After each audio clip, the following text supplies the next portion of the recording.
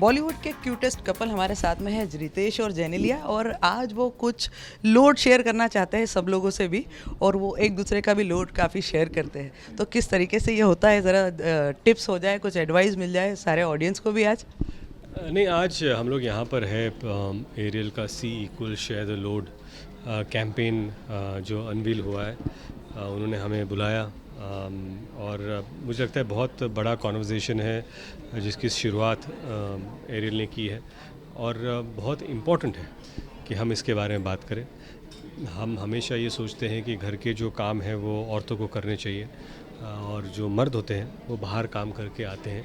काम करते तो बहुत है, थक भी जाते हैं, पर ऐसा नहीं है कि जब वो थक कर घर आते हैं तो जो घर की औरतें हैं वो बहुत ही फ्रेश है, क्योंकि उन्होंने दिन भर कुछ काम नहीं किया।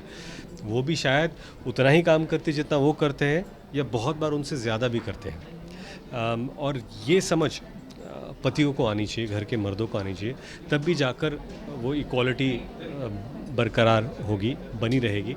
क्योंकि बहुत बार ऐसा होता है कि हम लोग ये सोचते हैं कि मैं बाहर जाकर काम करता हूँ, मैं पैसे लेकर आता हूँ तो मैं सुपीरियर हूँ, मैं काम ज़्यादा करता हूँ। वही बात आप पति को बोल दो कि तुम घर पे बैठ के सारे काम करो, मैं जाकर बाहर काम करूँगी, तो उन्हें मंजूर नहीं होगा। क्योंकि इसलिए नहीं कि वो कम महसूस करेंगे, इसलिए उनको पता चलेगा कि यार घर में बाहर से ज़्यादा काम है। I am better off in the office than at home, because there are lot of work to be done at home which is not possible.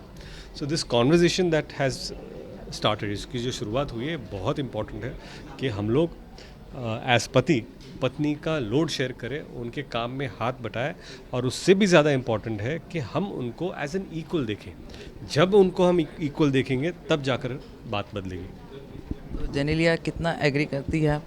नहीं, 100%। मुझे भी लगता है कि बहुत सालों से this has been a norm, की एक कंडीशनिंग हो चुका है कि you can just expect the wife to do everything, and कभी कभी I don't even think the husbands realise. तो ये कम्युनिकेशन बहुत इम्पॉर्टेंट है, because it will start some kind of discussion, some kind of thoughts, and some kind of putting your foot forward. I mean, your explanation forward.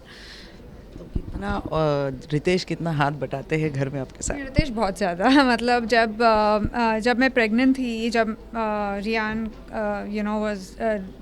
When Riaan was born, Riteish ने सब कुछ किया, diaper changing, washing, their bummies, cleaning their puke whenever they vomited. He did everything. So मेरे तरफ से कोई complaints नहीं है।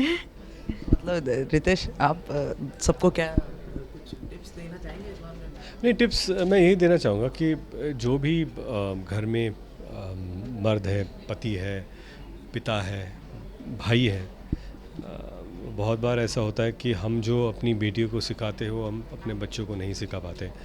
हम लड़कियों को बोलते हैं कि बेटा घर जाकर तुम्हें वो घर संभालना है, पर हम अपने बच्चों को ये नहीं बताते कि बेटा जब तेरी शादी होगी तो तेरे घर में जो बीवी आएगी उसका भी तुझे हाथ बटाना है। तो ऐसी ये जो सीख है वो सही उम्र से हमारे घर पर हम ही को देनी चाहिए। अगर जो हम परिवर्तन समाज में देखना चाहते हैं उसकी शुरुआत अपने घर से होनी चाहिए। वो परिवर्तन, वो चेंज, वो बदलाव हमारे घर में बहुत ज़रूरी है। इसीलिए मेरे बच्चे अभी 5.5 और 7 साल के 2 बेटे हैं। मैं ये चाहता हूँ कि वो देखें कि उनके माता पिता एक दूसरे को इक्वल ट्रीट करते हैं, ताकि जब आगे जाके उनका परिवार बढ़े तो उनको पता होना चाहिए कि मेरे घर में ऐसी ट्रीटमेंट थी, इसीलिए मैं आगे जाके उससे भी ज़्यादा अच्छा बर्ताव अपनी पार्टनर के साथ करूँगा। और मिस्टर मम्मी भी अब वो बन चुके हैं, तो ये जो लोड, जो शेयरिंग है वो इक्वली ये ऐसा भी ये कुछ ज़्यादा ओवरलोड हो गया वो शेयर द लोड नहीं, ओवरलोड हो गया। बहुत ही मज़ेदार कॉमेडी फिल्म है, और जिनलिया के साथ मैं इतने सालों बाद वही के बाद हिंदी फिल्म कर रहा हूँ, एक मराठी फिल्म कर रहा हूँ जिसका नाम वेड है, जो मैं डायरेक्ट कर रहा हूँ।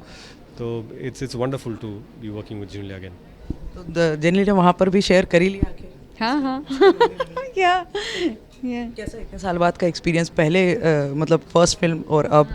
मुझे लगता है मेरा सब फर्स्ट रितेश के साथ ही होता है। मतलब I started my first film with him अभी 10 साल के बाद। उनकी आखिरी फिल्म भी मेरे साथ थी, तेरे नाल लव हो गया। My first and last.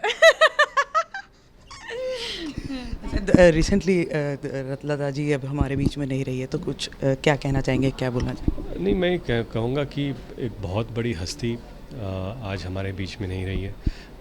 Lata ji के साथ हमारे पारिवारिक संबंध थे। मेरे पिता के दौरान बहुत बार मुलाकात हुई, उनके अच्छे संबंध हैं।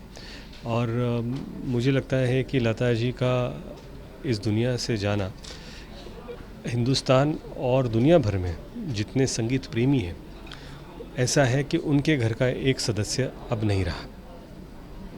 और मुझे लगता है ये बहुत बड़ा लॉस है। और वो हमेशा हमारे दिलों में, संगीत के सुरों में हमेशा अमर रहेंगे। I agree. It's an end of an era, literally. Thank you. Thank you, Thank you. Thank you.